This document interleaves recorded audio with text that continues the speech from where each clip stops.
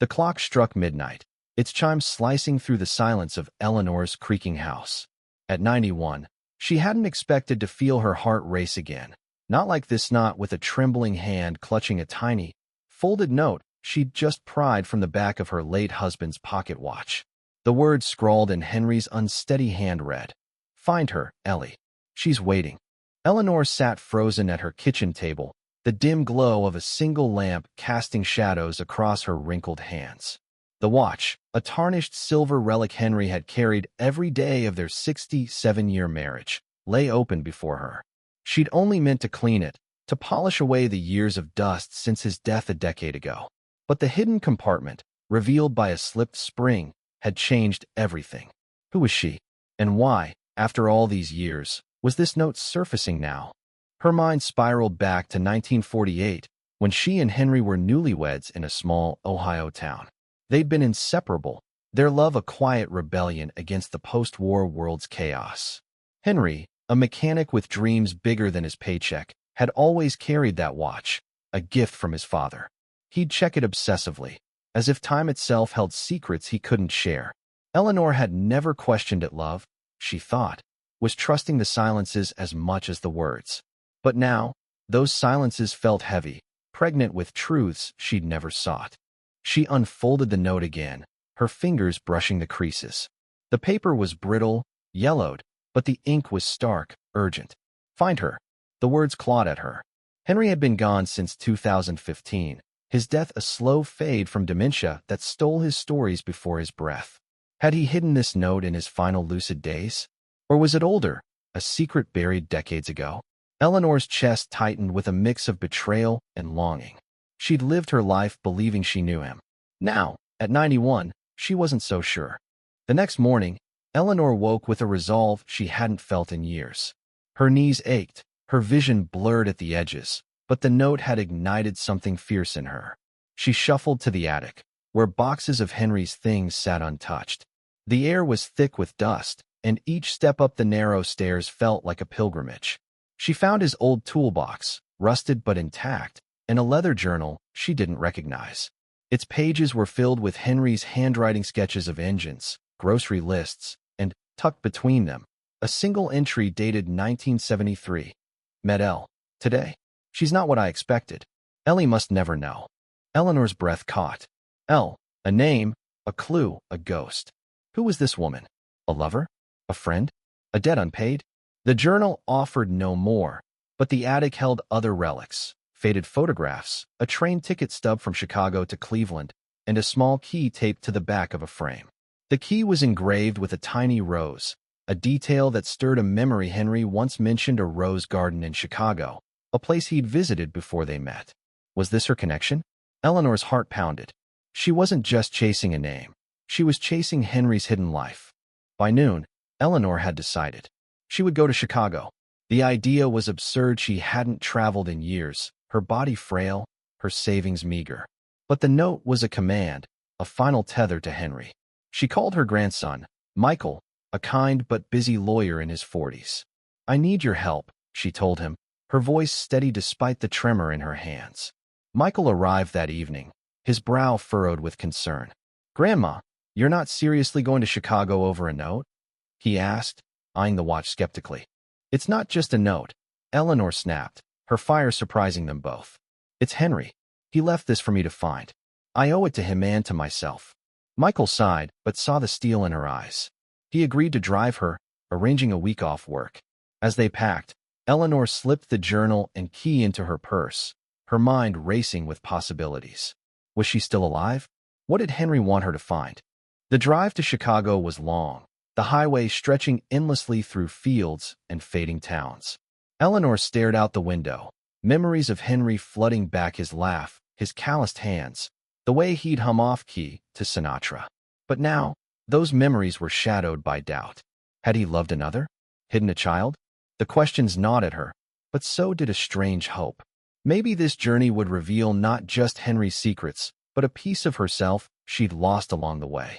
They arrived in Chicago at dusk, the city's skyline a jagged contrast to Eleanor's small-town life.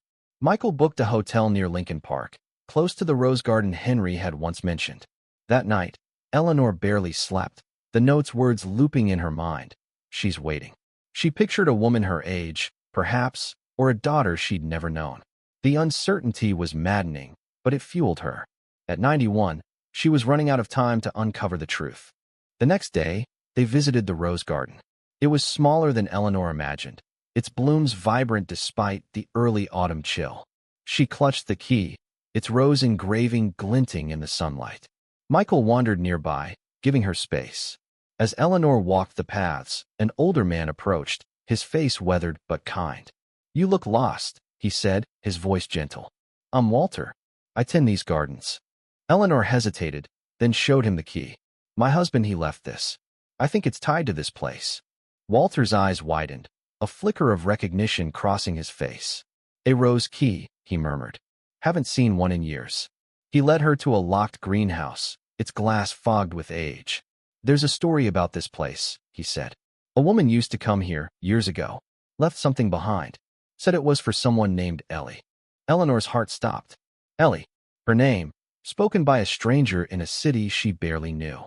Walter unlocked the greenhouse, revealing rows of roses and a small, weathered box hidden beneath a bench. The key fit perfectly. Inside was a locket, engraved with a rose, and a letter addressed to her. The handwriting was Henry's, dated 1980. Eleanor's hands shook as she opened it, Michael now at her side, his presence a quiet anchor. The letter began, "My dearest Ellie, if you're reading this, you found her not a woman, but our truth." Eleanor's breath hitched as she read Henry's words, the greenhouse air thick with the scent of roses and memory. "Our truth," the letter continued, "is not what you might fear. There was no other woman. Only a promise I made long ago, one I couldn't keep while I lived." Her eyes stung, not from the dust, but from the weight of Henry's voice reaching across time. Michael stood silently beside her, his hand resting lightly on her shoulder as she unfolded the rest of the letter. Henry wrote of 1955, a year Eleanor remembered as lean but joyful, when they'd scraped by in their tiny Ohio home. Unknown to her, Henry had met a young girl, Lily, no older than 10, abandoned at a train station in Chicago. She'd been clutching a rose, her only possession, and Henry, on a rare work trip, couldn't walk away. He'd taken her to a shelter but promised to check on her. Over the years, he sent money anonymously, tracking her through a social worker named Margaret. The rose garden, he wrote, was where Lily loved to sit, dreaming of a family she'd never had. Eleanor's heart twisted. Why hadn't he told her? The letter explained. "I feared you'd think I was hiding something shameful, Ellie. You were my world, but I couldn't burden you with my guilt for not doing more." The locket, Henry wrote, held a photo of Lily at 15, taken by Margaret. He'd hidden the note in his watch, hoping Eleanor would find it after he was gone, when time might soften the revelation. "Find her," he urged. "She's the daughter we never had."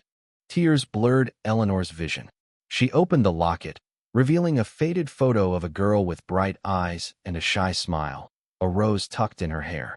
Michael, reading over her shoulder, exhaled. "Grandma, this is incredible. He was trying to protect you both." Eleanor nodded, but her mind churned. Lily would be in her 70s now. Was she still alive? And why the secrecy, even from her? Walter, the gardener, lingered nearby, his expression soft but curious.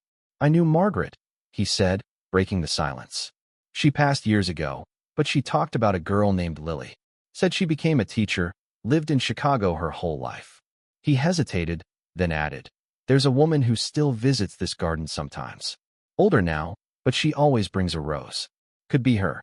Eleanor's pulse quickened. A lead, fragile but real. She thanked Walter, clutching the locket as she and Michael left the greenhouse. Back at the hotel, Michael searched online, his lawyer's efficiency kicking in. Within hours, he found a Lily Harper, 78, a retired schoolteacher living in a quiet Chicago suburb. Her public profile mentioned a love for gardening roses, specifically. Eleanor's hands shook as she dialed the number Michael found. The call went to voicemail, a warm voice saying, "This is Lily. Leave a message." The next morning, Eleanor and Michael drove to Lily's address, a modest house with a front yard bursting with roses.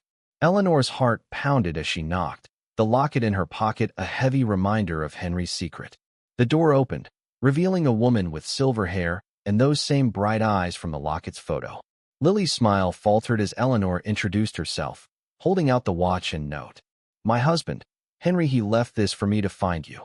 Lily's eyes widened, filling with tears. She invited them inside, her home cozy with books and framed photos. Over tea, she shared her story.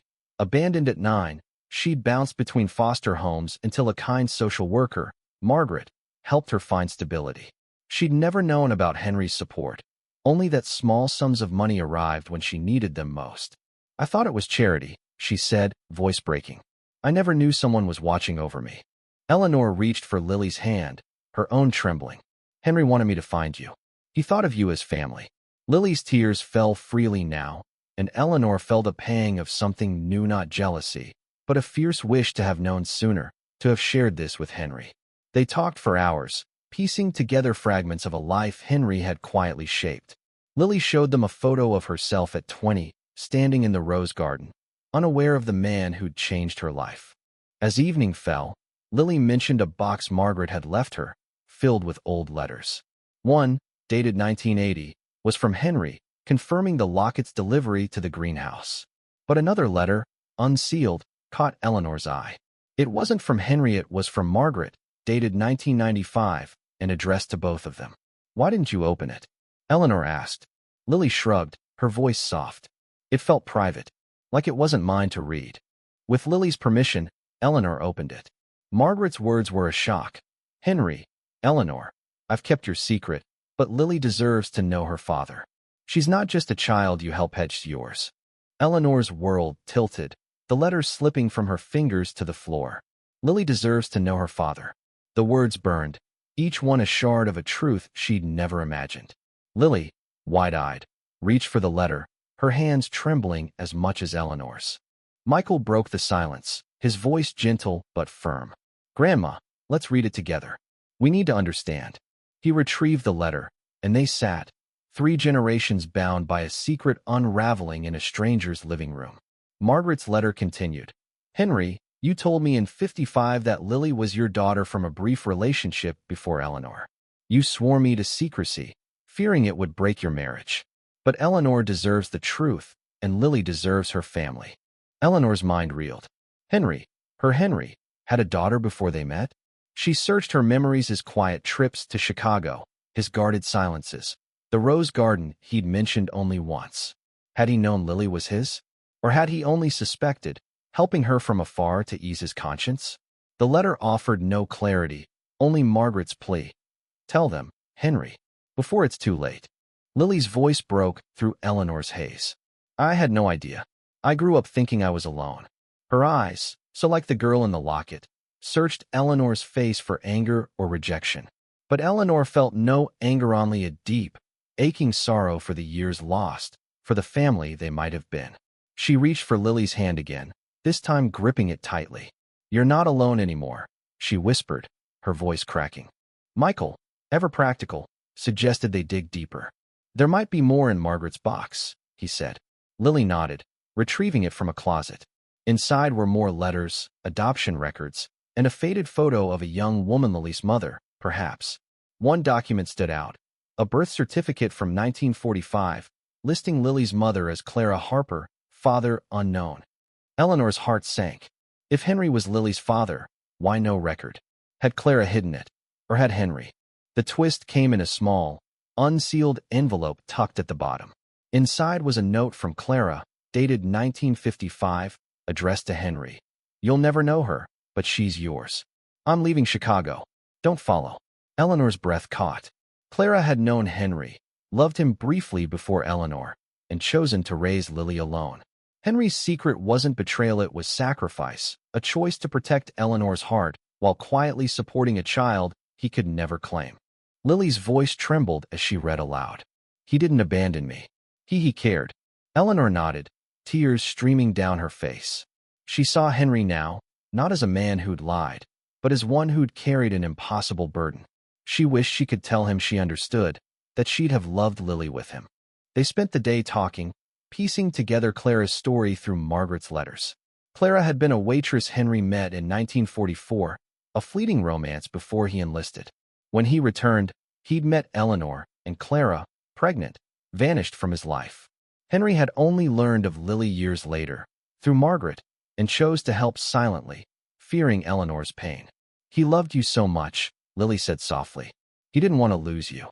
Eleanor's heart ached with a mix of grief and gratitude. At 91, she'd thought her life story was written, but here was a new chapter, one Henry had left for her to finish. She looked at Lily, seeing not just a stranger but a piece of Henry's kindness, his quiet strength. "You should have been ours," Eleanor said, her voice steady now. "And now you are." That evening, they walked back to the rose garden, the locket in Lily's hand, the watch in Eleanor's. They sat on a bench, the air cool and fragrant, and Eleanor felt Henry's presence in the rustle of leaves. Michael, watching them, suggested they stay in Chicago a few more days. "There's more to learn," he said. "And Grandma, you're stronger than you think." Lily invited them to stay at her home, and Eleanor agreed, feeling a spark of purpose she hadn't known she needed. They spent the next day sorting through Lily's memories, finding small connections to Henry, a book of poetry he'd sent anonymously, a rose pressed in its pages. Each discovery was a thread tying them closer, healing wounds Eleanor hadn't known she carried. But another surprise waited.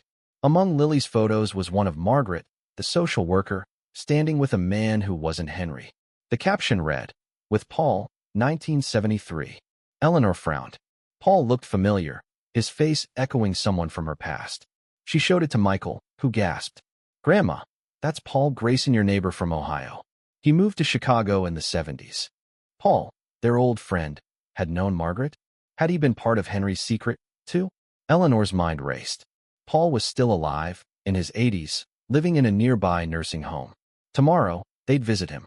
Maybe he held the final piece of Henry's puzzle. The nursing home smelled of antiseptic and fading flowers, but Eleanor barely noticed as she gripped the locket, her resolve carrying her forward. Paul Grayson, once their neighbor in Ohio, sat in a wheelchair by a window, his eyes bright despite his frail frame. When he saw Eleanor, his face lit up, then softened with something like guilt. "Ellie," he said, voice raspy, "I didn't think I'd see you again." Lily and Michael flanked her, the weight of their shared journey grounding her. She showed Paul the photo of him with Margaret, the social worker who'd linked Henry to Lily. "You knew," Eleanor said, not accusing but seeking. "You knew about Lily, didn't you?" Paul's eyes glistened, and he nodded, his hands trembling as he reached for hers. He told them everything. In 1973, Henry had confided in Paul, his closest friend, about Lily, his daughter, from a brief romance with Clara before meeting Eleanor. Henry had tracked Clara to Chicago, learning she'd died young, leaving Lily in foster care. Guilt consumed him, but he feared telling Eleanor would shatter their marriage. Paul, who'd moved to Chicago for work, became Henry's eyes, checking on Lily through Margaret. "He loved you, Ellie," Paul said. "He thought you'd hate him for having a past." Eleanor's throat tightened. She didn't hate Henry, she wished he'd trusted her. Paul continued, revealing Margaret's role. She'd been Clara's friend, the one who ensured Henry's money reached Lily. The Rose Garden was their meeting place, a sanctuary where Henry could feel close to his daughter without disrupting Eleanor's world. Paul had kept the secret, too, honoring Henry's wishes even after his death. Lily listened, her face a mix of awe and sorrow. "I wish I'd known him," she said softly. Paul smiled, pulling a small envelope from his pocket. "He wanted you to have this, Lily. Margaret gave it to me before she passed." Inside was a letter from Henry, written in 2000, his handwriting shaky from early dementia. "Lily, you're my pride, though I could never say it. Live well, for your mother and me." Eleanor and Lily wept together, their hands clasped, the locket between them. Michael, ever the observer, suggested they honor Henry's memory. "Let's plant a rose in the garden," he said. "For him, for Clara, for all of you." The idea felt right, a way to weave their fractured story into something whole. The next day, they returned to the rose garden, a small rosebush in hand. Walter, the gardener, helped them plant it, his own eyes misty as he shared stories of Margaret's love for the place. As they worked, Eleanor felt a peace she hadn't known since Henry's death. She looked at Lily, now family, in a way she'd never expected, and saw Henry's legacy not in secrets, but in love that endured. Back at Lily's house, Eleanor sorted through the last of Margaret's box. She found a final letter, this one from Henry to her, dated 2014, his mind already slipping. Ellie, if you find her, tell her I'm sorry. And tell yourself I loved you every day. Eleanor smiled through her tears, knowing she'd fulfilled his wish. She'd found Lily, not just for Henry, but for herself. As they prepared to leave Chicago, Lily asked Eleanor to stay longer. There's so much we haven't shared, she said. Eleanor agreed, feeling lighter than she had in years. Michael, watching them, promised to visit often, already planning a family reunion. Eleanor looked at the watch, its hidden compartment now empty, but its weight full of meaning. At 91, she'd thought her story was over, but it was only beginning. The rose they'd planted would bloom next spring, a symbol of truths uncovered and bonds forged. Eleanor imagined Henry watching, his off-key hum echoing in the wind. She wasn't angry anymore, she was grateful. For Lily, for Michael, for the chance to rewrite their ending. As they drove back to Ohio, the locket around Lily's neck and the watch in Eleanor's hand, she knew they'd carry Henry's love forward, together.